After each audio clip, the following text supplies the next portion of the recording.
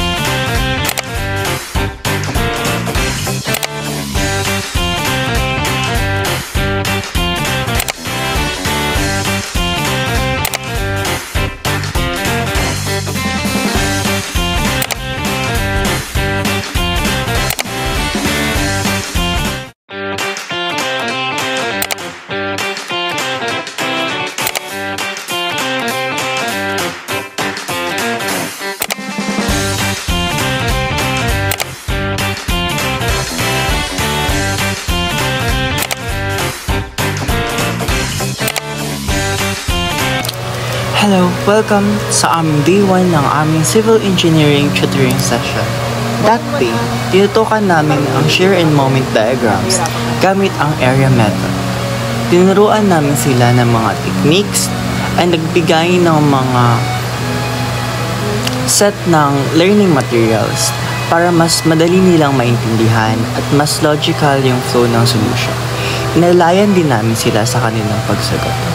We also discussed the best way to compute reactions step by step para mas klaro at confident sila sa bawat problem. After that, nagkaroon kami ng assessment at ang ganda ng results. Halos lahat may malaking improvement.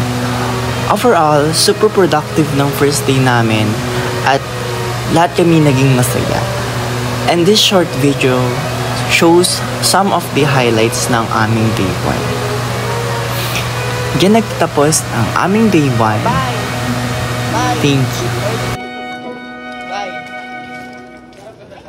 Erich, bye.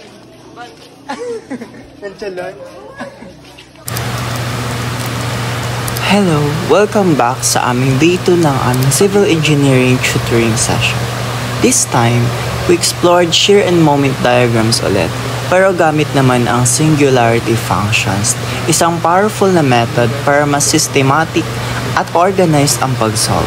We also discussed the qualitative deflected shape para mas ma-visualize namin kung paano nagde-deflect ang beam under different loadings. And yes, ako lang daw ang nag-video habang nagtuturo. Pero okay lang, basta lahat nagturo ng mahusay.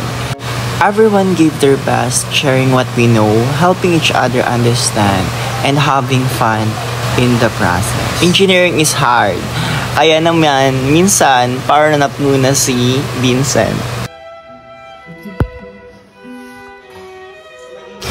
Each of us had our own way of sharing and teaching. But we have one goal. That is to help and inspire future engineers. And that's for day 2, and that ends our civil engineering tutoring session. Actually, before all of this began, our reviewees shared what they hope to learn. Little did they know, we'd all end up learning from each other. Unang sa CH tutoring natin. Matutunan, although hindi naman na siya fresh kasi parang refresher yung ginagawa nila.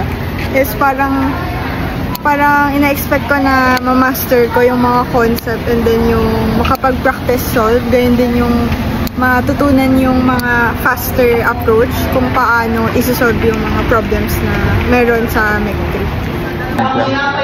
Kuya Enzo, ano ba yung expectation mo and mga inaasahan mong matutunan at mangyari ngayon sa pag-aaral natin? Nasa nang matutunan tungkol sa singularity function. Ang ina-expect ko ito ituturo niya, tapos ang ina-expect ko kung ituturo niya sa amin is reflection calculation po, which is yung singularity function. Yun po. Ito ina-expect mo na matututunan sa tutoring na to? Tamang paggawa ng equations po sa singularity function or reflection. Yung in-expect mong matututunan mo sa CE tutoring na ito? Siguro deflection po, saka sa singularity function. Mga techniques siguro na ginagawa nyo kapag nagsasolve kayo kasi may mga iba-ibang techniques na pwedeng makuha din namin, mapulot namin. After namin sila tanungin, nag-conduct kami ng pre-assessment nung day 1 bago pa kami magsimula mag-tutor. Their pre-assessments turned out good kasi most of them naman are marurunong na talaga.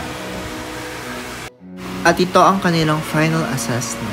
Through this civil engineering tutoring, we didn't just learn formulas in the subject, but the formula to learn. That is the compassion to lift others, build connection, build confidence, and the will to learn. Natin. Mas lalo akong naintindihan yung singularity function na hindi ko siya ganong naintindihan kasi before. Tapos through this, medyo na-enhance yung knowledge ko dun sa singularity function. Tapos na-review din sa moment area method na tinuro natin sa kanila.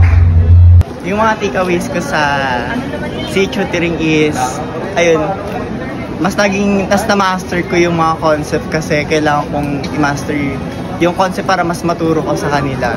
Ganyan. Mahirap lang kasi, may mga estudyanteng introvert, like hindi nila masabi kung naiintindihan ba talaga nila and pressure yun sa akin. Tapos ayun, may mga natutunan din ako sa kanila mga techniques na pwede pa lang din gano'n bukod sa ginagawa ko. Tapos yung tinuruan ko din sila mga techniques na ginagawa ko. Ganyan. Overall naman, thank you kasi ayun, yung the point na nakapagturo ako, mas na-master ko yung concept. Lang naman. Yung naging takeaways ko sa tutoring natin is though mahirap at matrabaho siya, naging masaya din siya at okay para sa akin kasi mas na-recall ako sa mga topics katulad ng singularity and shear and moment diagram. Tapos mas na-enhance ko pa yung problem solving skills ko. Tapos may mga natutunan din ako actually sa mga tinuruan natin. Game start.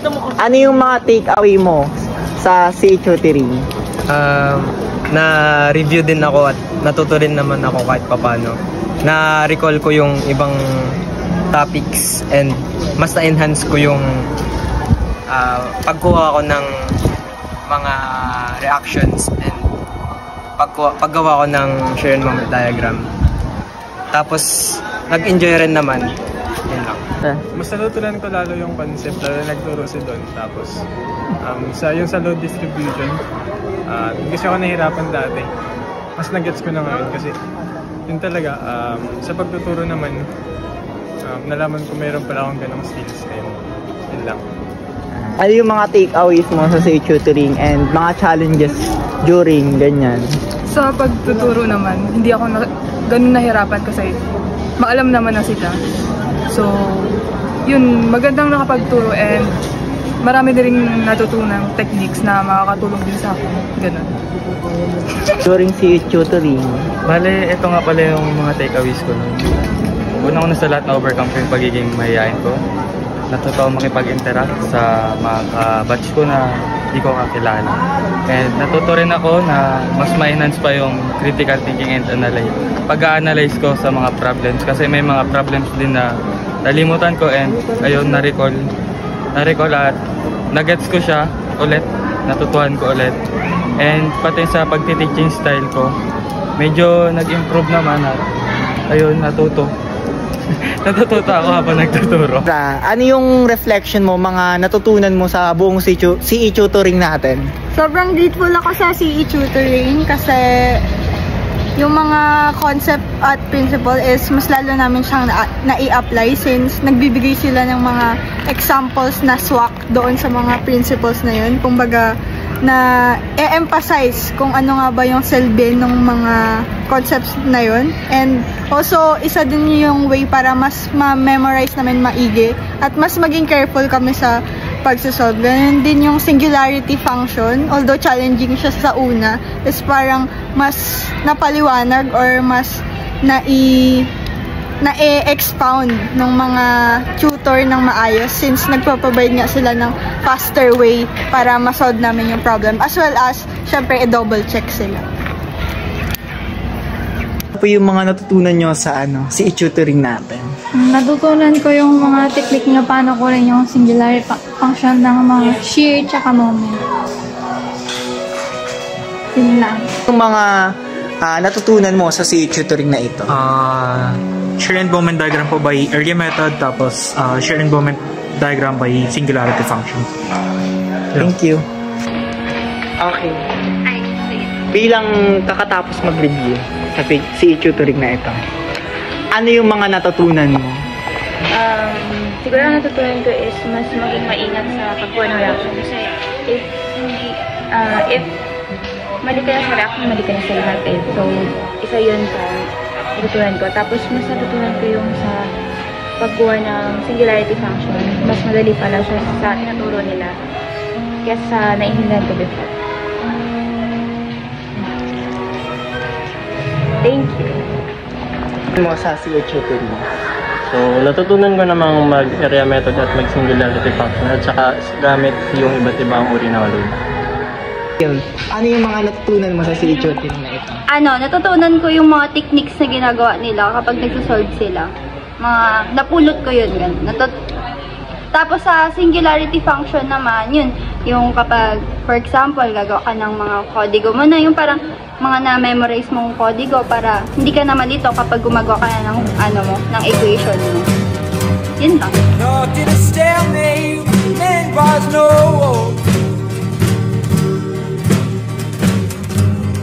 Rock in a hard place, it's better in control. Ayan, hello, katapos ng CE tutoring namin. Ayan, ano masasabi nyo? Thank you and goodbye! Wala pang Christmas. In 2 days, we thought, we learned, and we grew. Not only as students, but as future engineers with a shared purpose. Tutoring wasn't just about equations or diagrams. It was about connection, about understanding that growth is greater when it's shared. Every question answered, every smile exchanged, every moment of patience, all reminded us that teaching is one of the purest forms of learning. As Robert Ingersoll once said, we rise by lifting others, and through this experience, we truly did. We lifted others, and in the process, we lifted ourselves. Because in civil engineering, we don't just build structures, we build bridges of knowledge, of friendship, and of purpose.